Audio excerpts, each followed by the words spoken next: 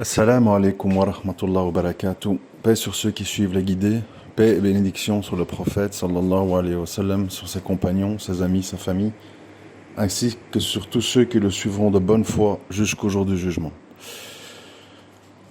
Alors aujourd'hui, je voudrais réagir à toutes sortes de messages privés que je reçois concernant le frère Mahdi ibn Salah.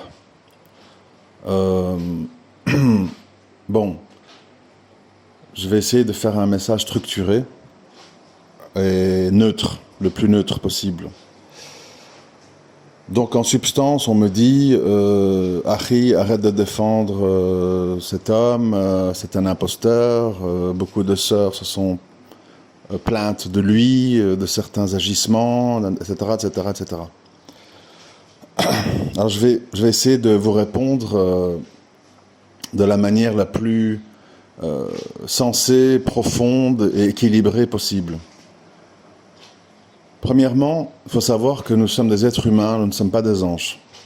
Ça veut dire que moi, Mahdi ibn Salah et beaucoup d'autres, on fait des péchés, on a des manquements, on doit faire jihad al-nafs, peut-être nous plus que les autres parce qu'on est exposé publiquement et ça a des conséquences. Ça c'est indéniable, personne n'est au-dessus de sa nature humaine. Et personne n'a pas besoin de pleurer sur ses péchés, de demander pardon à Allah, de faire des réformes vis-à-vis de ses manquements. Ça, c'est valable pour nous tous et nous toutes. Ok.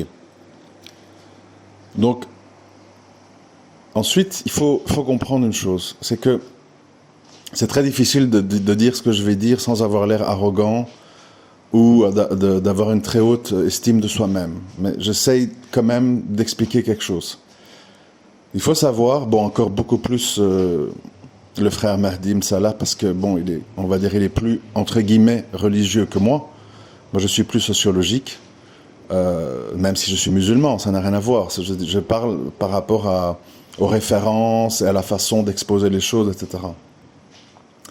Il faut savoir que quand on est dans une entreprise de dénonciation du blâmable et qu'on met le doigt sur le cœur du blâmable, vous savez, le blâmable, les gens pensent que ce sont des choses basiques. Le blâmable, c'est toute une série de choses. C'est la sorcellerie, tout ce qui tourne autour, la dénonciation de comment ça se passe au niveau des carines, la dénonciation des pervers narcissiques, ce que le frère fait depuis de nombreuses années, et moi, récemment, je l'ai intégré à mes discours. Il faut savoir que quand on dit, entre guillemets, des vérités, quand on met le doigt là où ça fait mal, et quand on s'expose publiquement, il y a des conséquences. Les conséquences, c'est qu'il y a un déchaînement des forces du mal, diverses et variées, qui visent à discréditer la personne qui les dénonce. C'est logique. C'est logique. Si moi, je suis un trafiquant de drogue, d'accord ?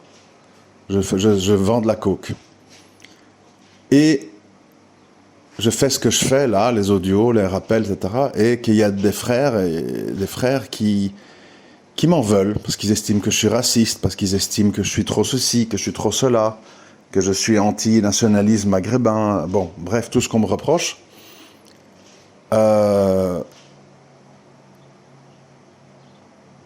Si ces gens-là dénoncent une information qu'ils ont, et qu'elle est vraie, par exemple, que je suis un trafiquant de drogue, moi je vais faire quoi en fait ? En tant qu'être humain qui veut se défendre, etc. Ben, je vais commencer à dire c'est des frères pas sérieux, c'est des frères qui eux-mêmes touchent à la drogue, c'est pour ça qu'ils sont au courant, ils m'ont demandé de leur vendre des doses. Je vais chercher à discréditer leurs témoignages. Pourquoi ? Parce qu'ils portent atteinte à mon business, ils portent atteinte à ma situation. C'est-à-dire qu'ils dénoncent qui je suis, ils dénoncent un problème. Et la personne qui est dénoncée va chercher à réagir pour se blanchir aux yeux des gens. L'être humain, en général, admet rarement ses méfaits. Les gens sont toujours dans un rôle de victime et de désignation de l'autre comme étant lui la mauvaise personne, afin de ne pas devoir se remettre en question et afin de défendre sa réputation. Donc, quand on est, comme le frère, dans de nombreuses années d'attaque au cœur du mal, il est tout à fait normal qu'il y ait des témoignages et des dénonciations de sa personne. C'est logique. Donc, moi, tout ce que je dis, c'est assez simple comme raisonnement. Je dis, moi, je suis quelqu'un qui juge sur des preuves. Je suis quelqu'un qui juge sur des preuves et qui juge aussi sur des impressions. Et dans ma vie, alhamdoulilah, je me suis rarement trompé. On va me dire, comment rarement trompé? Attends, Harry, t'es tombé sur plein de femmes, machin, t'as divorcé, ceci et cela. Eh ben, laissez-moi vous dire une chose, très honnêtement et très franchement. Tous les ennuis que j'ai eus dans ma vie, la prison, parce que j'ai accepté de me rendre à des repas sous invitation de Jean-Louis le Soumis, mes mariages, etc. Par Allah, je jure par Allah, que dès le début, je savais que c'était des personnes à problème. Je le savais. Ces femmes que j'ai épousées et divorcées, je savais dès le début que je m'engageais dans une entreprise difficile, compliquée, et malheureusement, comme je ne suis pas parfait, oui, je ne suis pas parfait, c'est pas un scoop, j'avais ce vice, j'ai eu ce vice dans ma vie que j'essaye de me soigner de ça. J'ai eu ce vice en fait d'aller au contact des troubles, d'aller au contact des personnes problématiques, extrêmes, tourmentées, déprimées, avec un profil trouble. Pourquoi? Parce que, je l'ai déjà dit, je souffre, mais je me soigne, je précise, je souffre du syndrome du sauveur.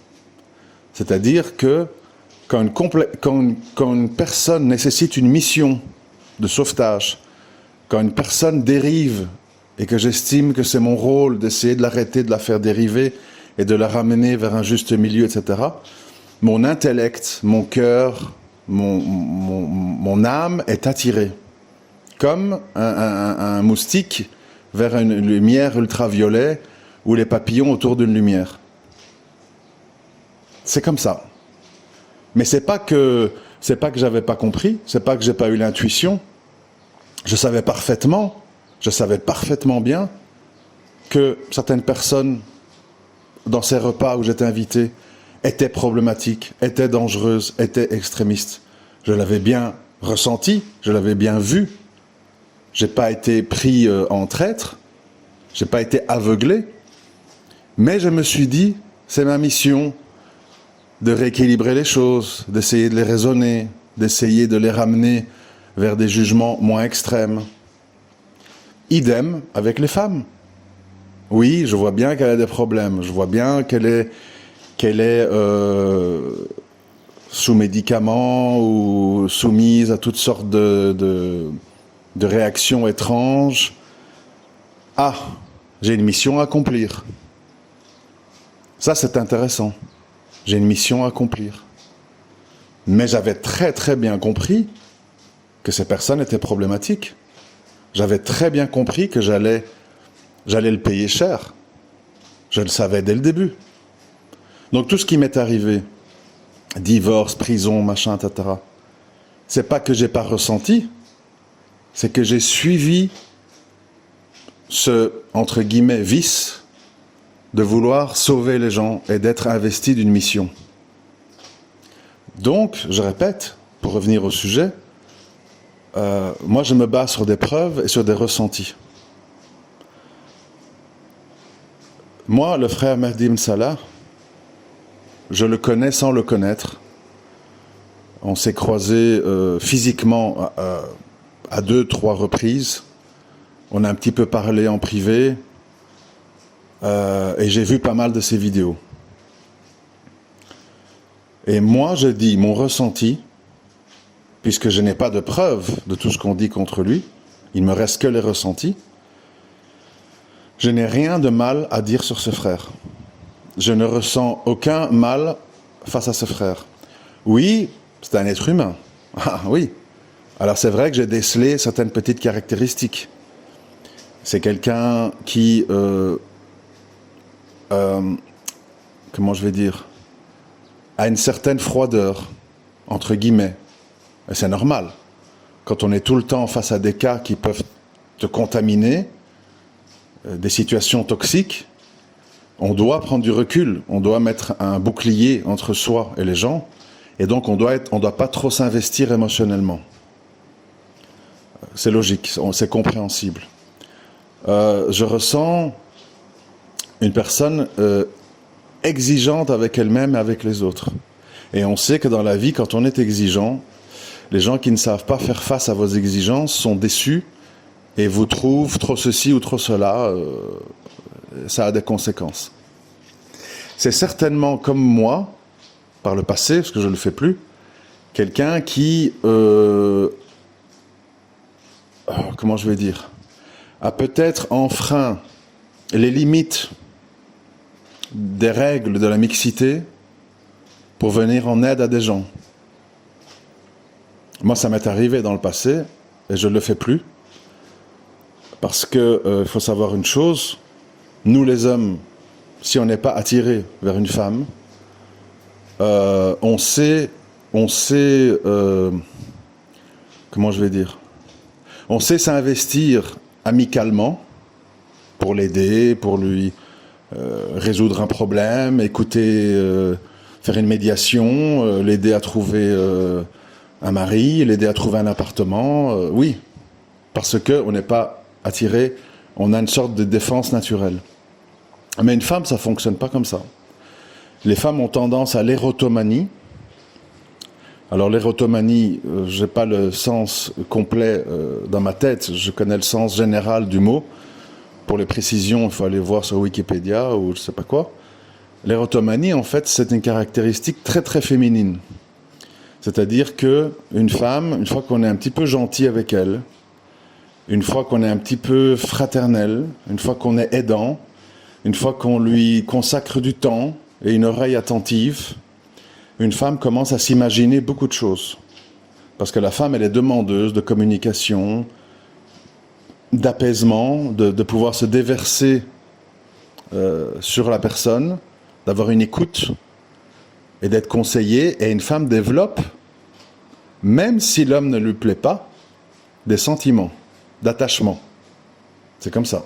On me dira oui, mais non, non, mais oui, je parle de ce que moi, comment je vois la chose. Après, on ne sera pas tous d'accord. C'est pas ça le but. Et donc, ça ne m'étonne pas du tout, parce que je l'ai vécu, que des femmes accusent le frère de toute une série de choses, parce que je soupçonne que le frère étant trop aidant, trop à l'écoute, trop disponible, trop fraternel, a provoqué de l'érotomanie chez certaines femmes. Consciemment ou inconsciemment, ça je ne sais pas. Je ne peux pas rentrer là-dedans. Et donc moi ce que je veux dire simplement, c'est à un moment donné, quand vous émettez des jugements sur les gens, sur moi, sur d'autres, sur Mahdi, sur toute une série de gens, il faut un minimum de retenue. Surtout en absence de preuves. Moi quand je parle d'Ismaël Mounir et que je me fâche, etc., ou Tariq Ramadan, c'est parce que nous avons des preuves. La personne vient se présenter à la télé et dit c'était des relations librement consenties, c'était pas des viols. Bon, donc là on est devant des faits. On ne peut pas commencer à tergiverser. Moi, jusqu'à preuve du contraire, sur ma personne ou sur Mahdi Msalah, je ne vois pas de preuves. Je vois beaucoup de ragots, je vois beaucoup de calomnies, je vois beaucoup de suppositions, je vois beaucoup de déductions de gens qui, pour une raison ou une autre, ne nous aiment pas. Parce qu'ils trouvent qu'on est trop comme ci, trop comme ça, qu'on ne devrait pas parler de psychologie, que c'est pas dans le din, et donc ils développent une haine. Il faut faire attention, parce que Allah il nous dit que la haine d'un peuple ne vous rend pas injuste. Que dire que la haine d'un frère en islam ne vous rend pas injuste? Que dire? Bon. Donc à un moment donné, il faut pas oublier que quand on est un combattant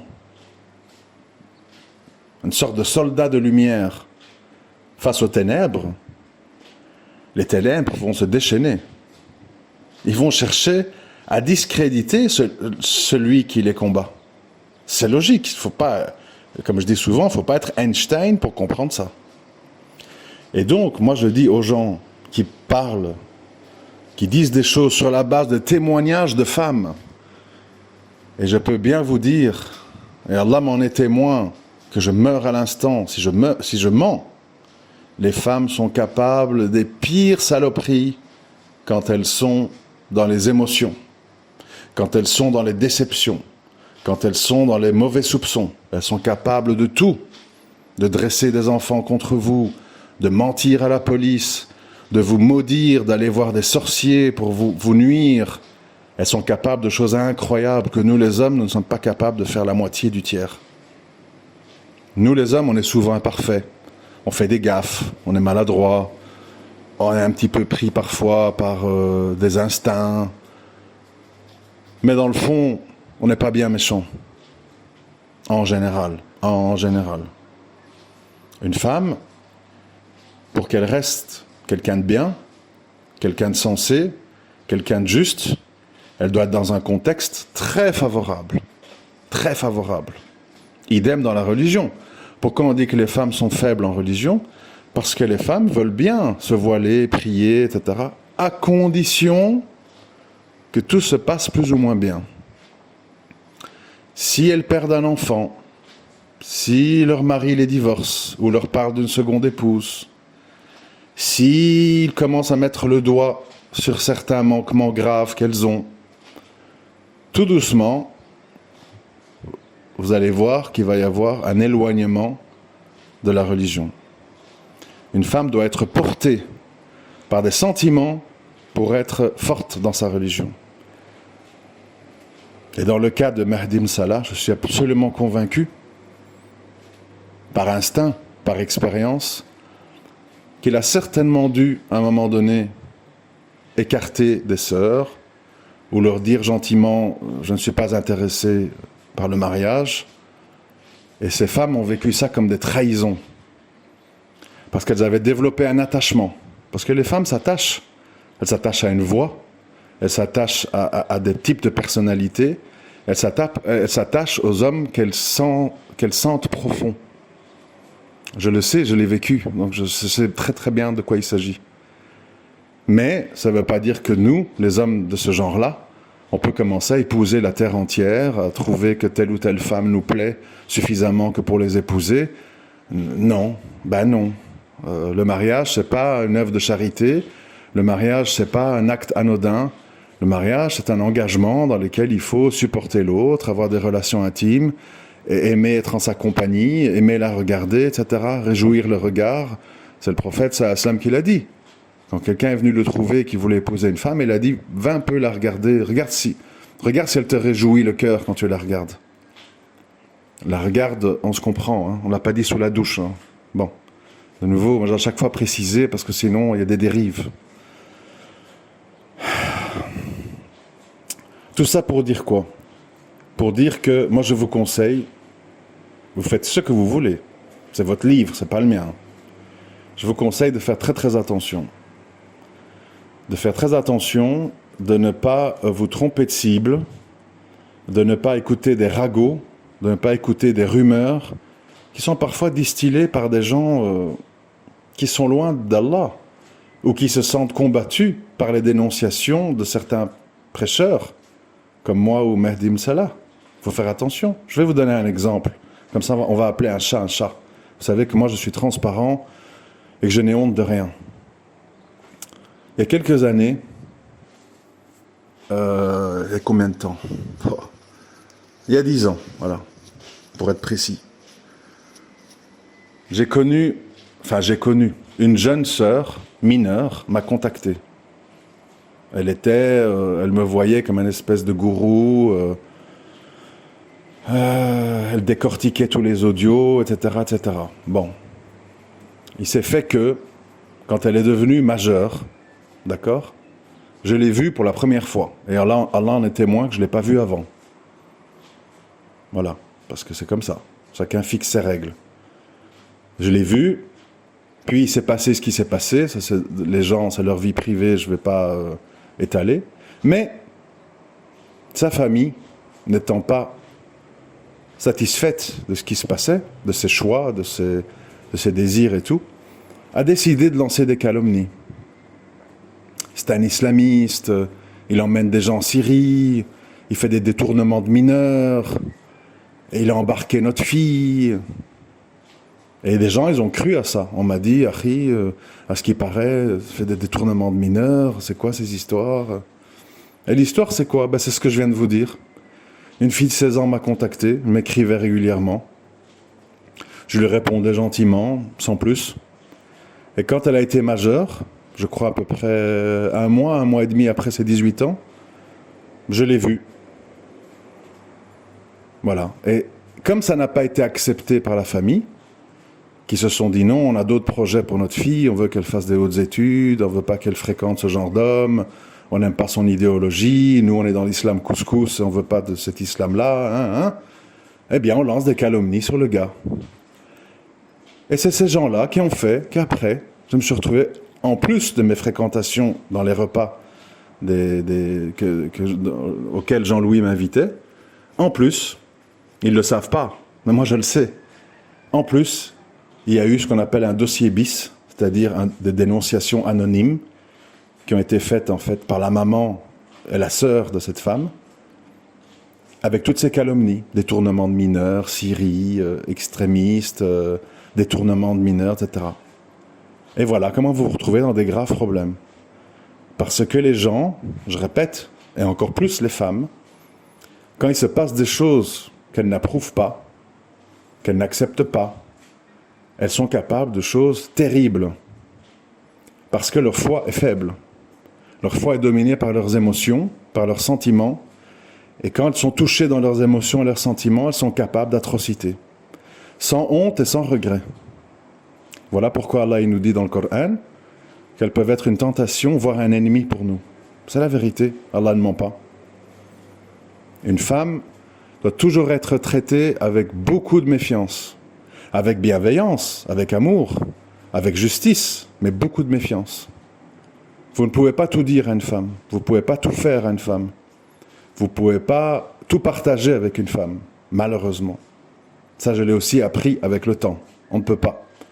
Votre femme, ce n'est pas votre meilleur pote, votre femme, ce n'est pas un homme.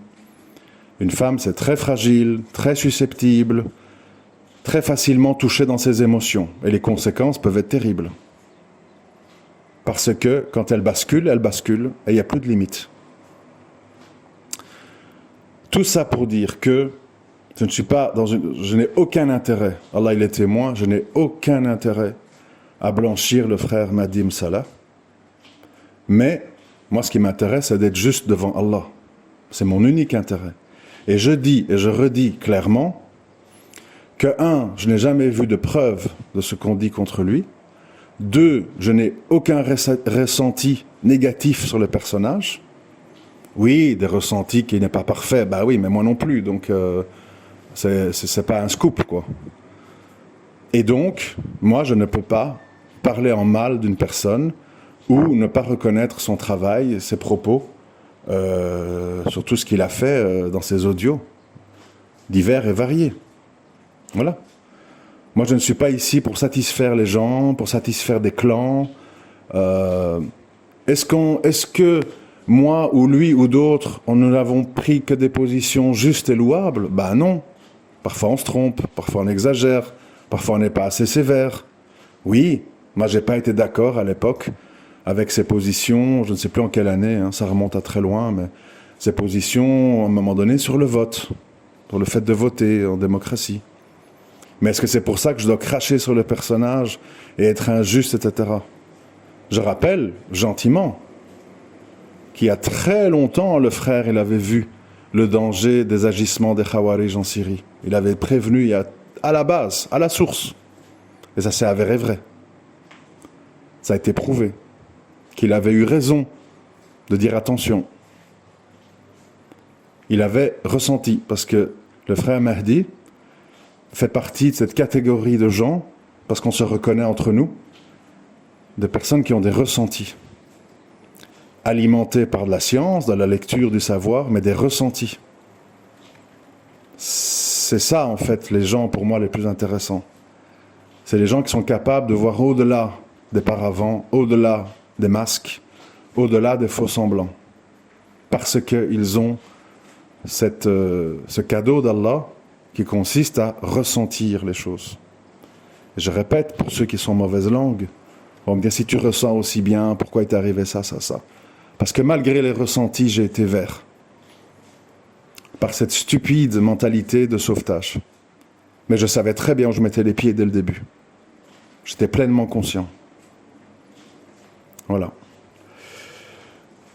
Donc, si vous avez mal parlé sur le frère, moi je vous invite à demander pardon, soit à Allah, soit à lui directement. Bon, ça demande du courage, hein, mais moi je reçois régulièrement des messages de gens qui me disent « Akhi, il y a 4-5 ans, j'ai mal parlé sur toi, je voulais te dire que je regrette devant Allah, etc. » Mashallah, c'est une démarche qui n'est pas facile, franchement. Donc ces frères, ils ont une grande récompense. Et j'invite les frères et sœurs qui ont mal parlé, sur moi ou sur Mahdi, bon, si vous voulez, hein, à vous repentir avant le jour du jugement. Ou bien, comme on dit en islam, avancez vos preuves. Avancez vos preuves. C'est comme ça. Et quand on n'a pas de preuves, en islam, c'est les coups de fouet. Vous avez de la chance qu'on est dans un endroit où on discute. Il y a des endroits où on ne discute pas. Tout le monde connaît l'épisode des calomnies sur Aïcha. Ça a été un événement dramatique. Donc, ne faites pas partie des gens qui sèment la discorde. Ne faites pas partie des gens qui défendent les shayatines et tous les sujets auxquels Mahdi s'attaque. Ne soyez pas leurs complices. Parce qu'on manque de gens comme Mahdi ibn Salah. On en manque beaucoup. Cruellement, on en manque. Les gens veulent bien parler de lieux communs. Et dès que ça devient épineux et très problématique, il n'y a plus grand monde. Parce que les gens, ils ne veulent pas se mouiller. Parce que les gens, ils savent que s'ils vont se mouiller, ils vont avoir des attaques des shayatines humains et invisibles. Ils le savent. Et il y en a qui vont quand même à l'assaut. C'est en général des fous, des fous mobilisés par le désir de sauver et qui sont prêts à prendre des coups pour ça. Et pour moi, Mahdi ibn Salah fait partie de ces gens-là. Et donc, ne comptez pas sur moi pour dire quelque chose de négatif sur le frère, même si je me doute bien que c'est un être humain qui fait des péchés et qu'il a des manquements, comme tout un chacun. Et ça, c'est pas un débat parce que ça nous concerne tous, on n'est pas des anges. Voilà ce que j'avais à dire. Méditez là-dessus. Assalamu alaikum wa rahmatullahi wa barakatuh.